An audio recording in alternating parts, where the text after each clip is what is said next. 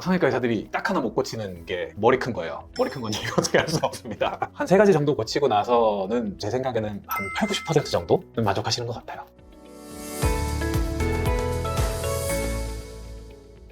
안녕하세요. AB 성형외과 정연우 원장입니다. 오늘은 SNS에서 굉장히 핫하다고 하는 얼굴 성형 이 순서로 하지 않으면 망해요 라는 영상을 한번 보고 다 맞는 얘기를 하고 있는 건지 혹시나 전문의가 보기에 틀린 얘기를 하고 있는지 정확하게 알려드릴게요.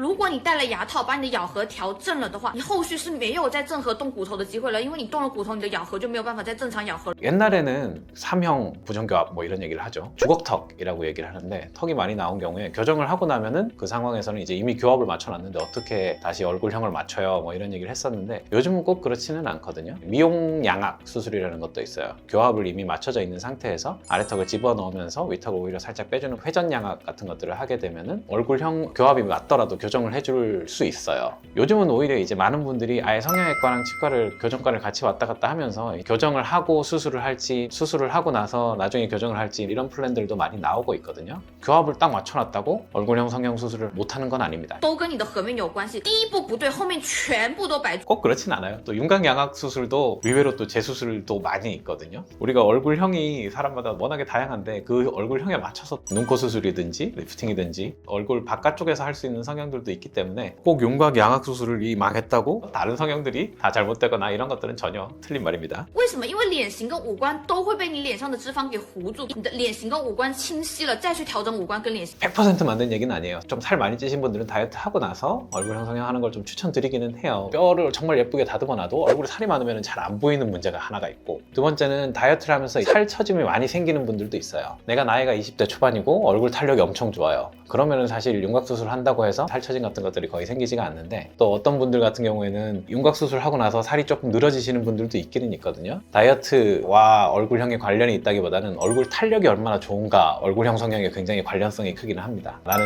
체중을 한 20kg 뺄 거야, 30kg 뺄 거야, 뭐 이런 계획이 있다면 살을 어느 정도 빼놓고 얼굴형 성형하는 게 좋기는 해요. 살을 움직일 때도 훨씬 더 편하기도 하고 늘어진 피부도 훨씬 많이 제거를 해줄 수 있고 그렇기 때문에.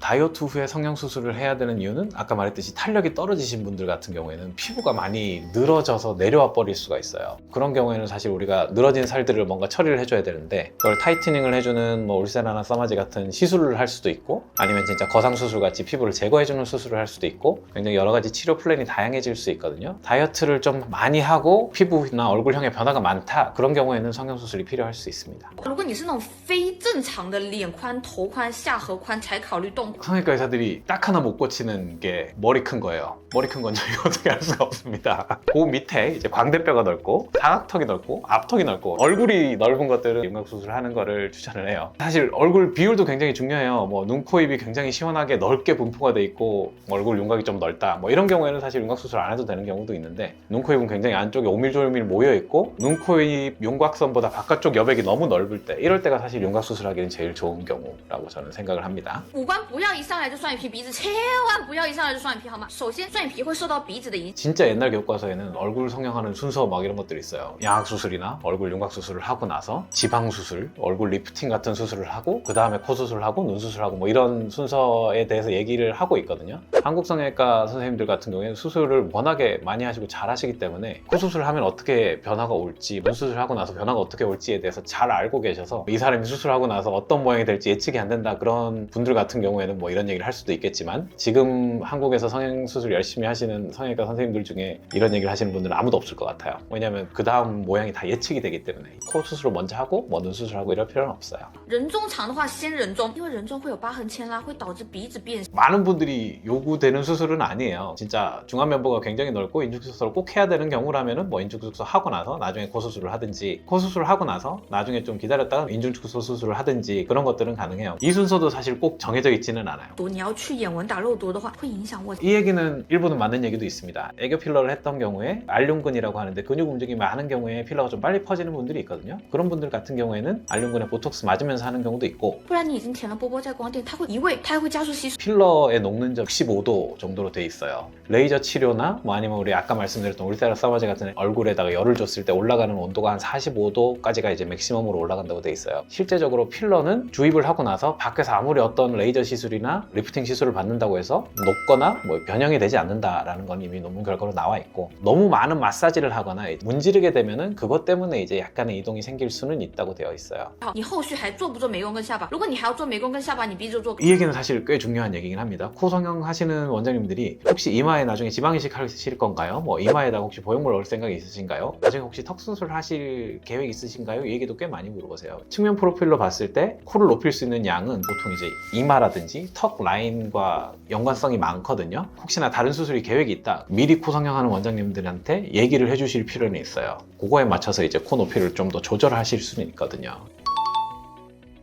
그렇죠. 이마 쪽이 너무 많이 튀어나오신 분들 같은 경우에는 콧대가 좀 낮아 보일 수밖에 없죠. 코가 조금 낮아도 굉장히 낮아 보이는 문제가 있어요. 그것 때문에 스트레스 받아서 코 수술하러 오시는 분들 꽤 많죠. 아무래도 좀 더 뚜렷한 라인을 만들려면은 이마가 많이 나오신 분들 같은 경우에는 높은 보형물이 들어가야 돼요. 그리고 코끝도 훨씬 더 좀 높이 나와야 되고, 이마가 높은 분들 같은 경우에 너무 콧대만 높아버리면 T자 모양 코가 되면서 굉장히 어색해질 수 있거든요. 그래서 오히려 이마가 많이 나와 있는 분들 같은 경우에는 콧대도 신경을 쓰지만 코끝을 또 엄청나게 신경을 많이 쓰세요. 肚脸能不能换头？我是真的见过肚脸是真的能换。 되기도 하고 안 되기도 해요. 조금만 손을 대도 정말 예뻐지는 얼굴이 있고, 정말 많이 열심히 노력을 해도 크게 변하지 않는 얼굴도 있고 그래요. 상담을 충분히 받고 내 얼굴이 얼마나 좋아질까 기대감을 충분히 맞춰서 수술을 해야 되는 게 맞습니다. 普通人的话，你找出自己脸上颜值的3个 bug 去改善一下就 OK。 저도 이거는 약간 동의를 하는 게, 내 얼굴에 있는 단점 3가지 정도를 고치고 나면 굉장히 많이 변하는 건 맞아요. 단점 3가지라는 게 생각보다 큰 거일 수도 있죠. 나는 리프팅이 필요해요, 눈이 필요해요, 얼굴 윤곽을 고쳐야 돼요, 뭐 이런 것들은 작은 수술들은 아니잖아요. 한 3가지 정도 고치고 나서는 제 생각에는 한 80-90% 정도는 만족하시는 것 같아요.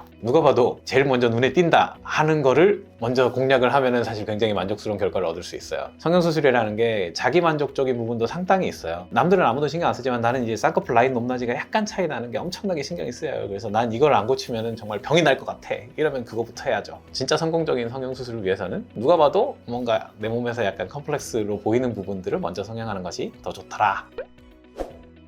오늘은 SNS에 올라온 영상을 보고 좀 리뷰를 했는데요. 뭐 이분이 하신 말이 맞는 것도 있고 틀린 것도 있고, 그래서 이런 영상들은 재미로 보시고 너무 이렇게 깊이 빠져서 나는 꼭 이 순서로 성형을 해야겠어 이렇게 몰입하실 필요는 없을 것 같아요. 본인한테 딱 맞는 성형수술이 뭔지는 전문의를 찾아가셔서 상담 받아보시고 그 다음에 확실하게 정하시는 게 좋을 것 같습니다. 지금까지 AB성형외과 정현우 원장이었습니다. 감사합니다.